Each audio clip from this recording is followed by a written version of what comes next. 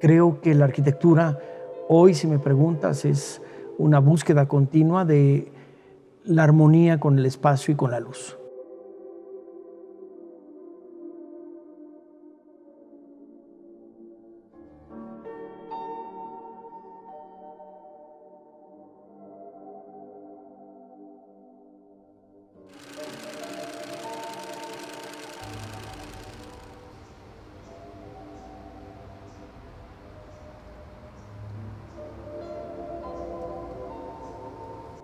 Entrar en un espacio primero cerrado es como olvídate del exterior, ¿no? Es como ese filtro que te va conduciendo a la casa y que de alguna forma te está diciendo, vas a entrar a un recinto nuevo, a un espacio que te ayudará a sentirte en un universo distinto o en una casa que te cobijara, ¿no? Y aquí un poco ese contenido del espacio parece como ese maquetado, parece un espacio inhabitado, parece un espacio que no está resuelto todo en lo que estás viendo. Parece incluso hasta como inconcluso. Y el plantear fronteras más allá de lo que estás viendo me parecía fundamental. Eh, ¿Qué hay detrás de esos cortes de ventana? Y que no veas dónde termina. Siempre el poder plantear que no hay un punto final.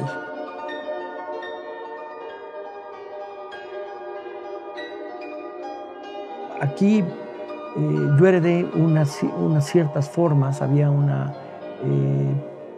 construcción previa que no quise demoler, nunca he querido demoler obras.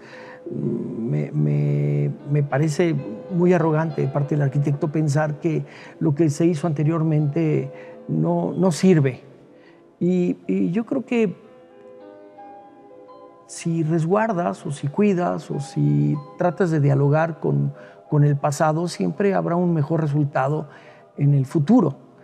Y cuando heredas formas y cuando heredas arquitectura y cuando heredas algo que ya existía, no te queda más que tratar de asimilarlo y tratar de iniciar ese diálogo. La idea de utilizar estos espejos de agua y estas líneas de espejo era generar la sensación de un espacio profundo y de un espacio que se abre. No se podía abrir hacia arriba, pero sí se podía abrir hacia abajo. Y estas líneas, estas fugas de espejo de agua, lo que pretenden hacer es dar profundidad, porque el espacio carecía de profundidad. El espacio era un espacio plano y el espacio era un espacio muy retraído, comprimido y con falta de luz. Y al final el tratar de dialogar con estos canales y con lo heredado era justamente provocar estos accidentes o estas profundidades o estos abismos que no existían, sino que era un discurso completamente plano. De los conceptos o de las ideas importantes era cómo esa casa disolvía el exterior, cómo el interior y el exterior dialogaban como si fueran un mismo plano.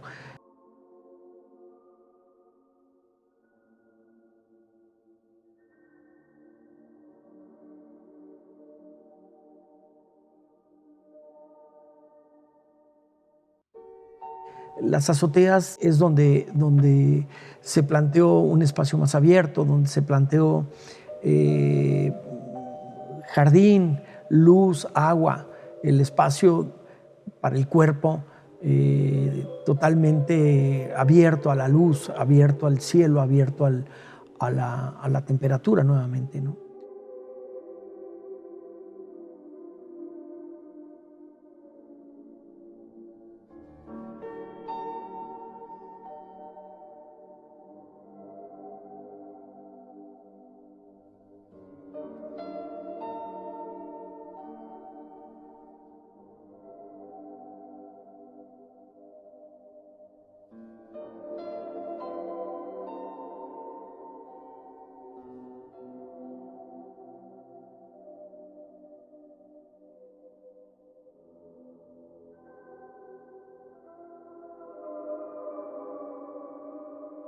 alguien decía que la ética es estética, y la ética no es en términos morales, no es en términos dogmáticos, sino es una ética, qué es de tu vida diaria, qué piensas de la vida y cuál es tu forma de enfrentarte a la vida y cuál es tu forma de abordar los problemas y de resolver los problemas. Yo creo que al final eso es la ética, ¿no? La forma en cómo encaras el día a día, ¿no? Y al final eso se traduce para un arquitecto en estética, o pretende traducirse en estética, que es muy distinto a la belleza o a lo bonito o lo feo. Significa que hay algo detrás que da forma y da coherencia a lo que estás pensando.